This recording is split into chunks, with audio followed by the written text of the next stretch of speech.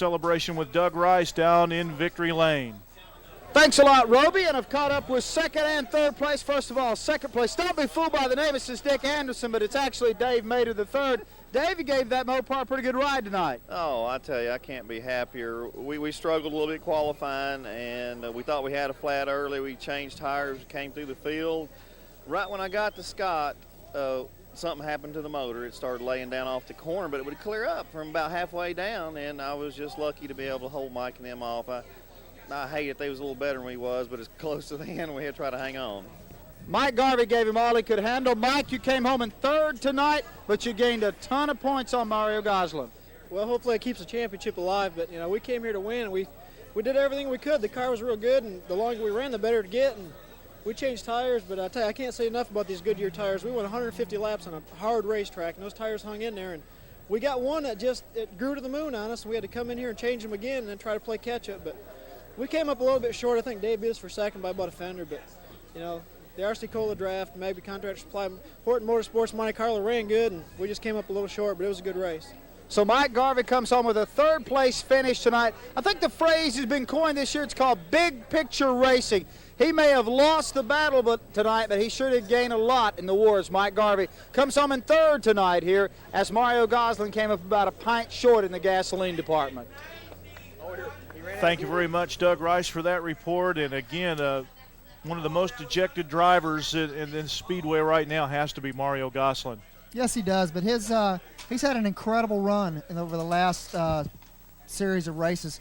So, as you see there, the top five of the finish tonight: Scott Hansen, Dave Mater, Mike Garvey, Bobby Gill, a great run for him, and Jeff Finley. We didn't talk about him much tonight. He quietly finished in fifth spot. He was up in the lead pack all night long, but he was kind of a far distance back. In fact, we saw before we went back to green that he was, in fact, in front of the leaders. The pace car driver waved him on by, went around to stay on that lead lap, and Jeff Finley from Lansing, Michigan, making another northern presence felt here tonight at Lakeland, Florida. So another good mix of north versus south drivers there. And Jeff told me, he says he's running for the Rookie of the Year in ASA next year.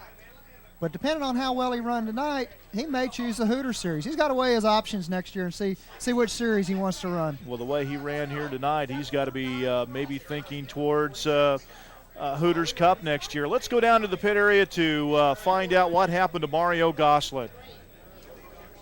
Mario Goslin looked like he was poised maybe for a runner-up or a third-place finish tonight, but you came up a little bit short in the fuel department, but apparently you had some problems as far as the ignition or maybe the carburetor tonight that caused you to run short. What happened, Mario? Well, we're not sure yet. We may have broke a rocker or burnt spark plug wire. I'm not messing with the car right now because I haven't asked the officials if we're allowed to touch it. I don't want to do anything wrong.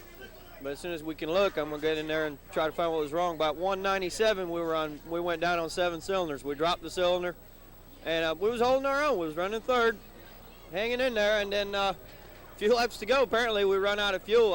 I think our pickup must not be in the right place in the fuel cell because we should have had plenty of fuel.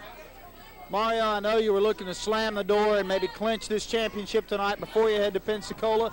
This leaves the door cracked open ever so slightly for Mike Garvey to sneak back in there, doesn't it? Yeah, I don't know what the points are like, but it's got to be pretty close. We just have to see. I don't know what it's like. But well, if nothing else, it'll make the promoters happy down in Pensacola. You gave it a good run tonight, Mario. Thank you. Mario Goslin, a little bit of disappointment in the voice. He's had a great season, and he still has the lead, but it's going to be close between him and Mike Garvey as they head into the season finale in the Snowball Derby at Pensacola. Thank you, Doug Rice and Mark Bishardi. You could not only see it in his face and hear it in his voice, but he has got to be disappointed. He was at his home track tonight. He lives right down the road in Lake Wales, Florida, but it looks like that it's going to be Mike Garvey and Mario Goslin battling it out for the title in the prestigious Snowball Derby in 2 weeks at Pensacola, Florida. Well, nothing against Mario Goslin because it would have been great to see him clinch the championship here, but everybody in the business wants to see this go down to the wire. You want to see it go down to where it's in the last race of the season. So we're really looking forward to the Snowball Derby. That's one of the classic races of the year. Everybody that's anybody will be there. You think this field was a strong field. It could be even stronger in 2 weeks in Pensacola. I know that we're all looking forward to it, so be sure to stay with us.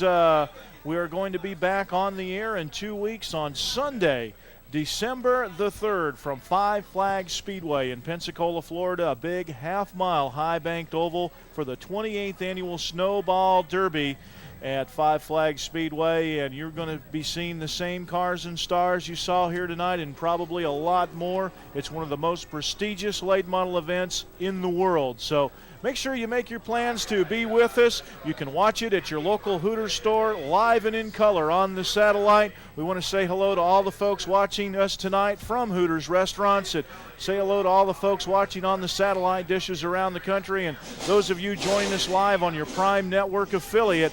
We're glad you could all be with us, and we want to thank Dick Anderson for helping us out in the booth, Doug Rice in the pit area, and all the crew with Hooters Sports Productions. They've had to work hard here today, and they're going to have to tear everything down, load it up in the truck, and head for Pensacola in 2 weeks. So we want to thank all the people behind the scenes as well, our director Al Mason. So on behalf of Mark Bishardi, this is Roby Helm saying thank you and good evening from USA International Speedway in Lakeland, Florida. We'll open the 1996 season here in February, so keep that in mind. So until 2 weeks at Pensacola, so long.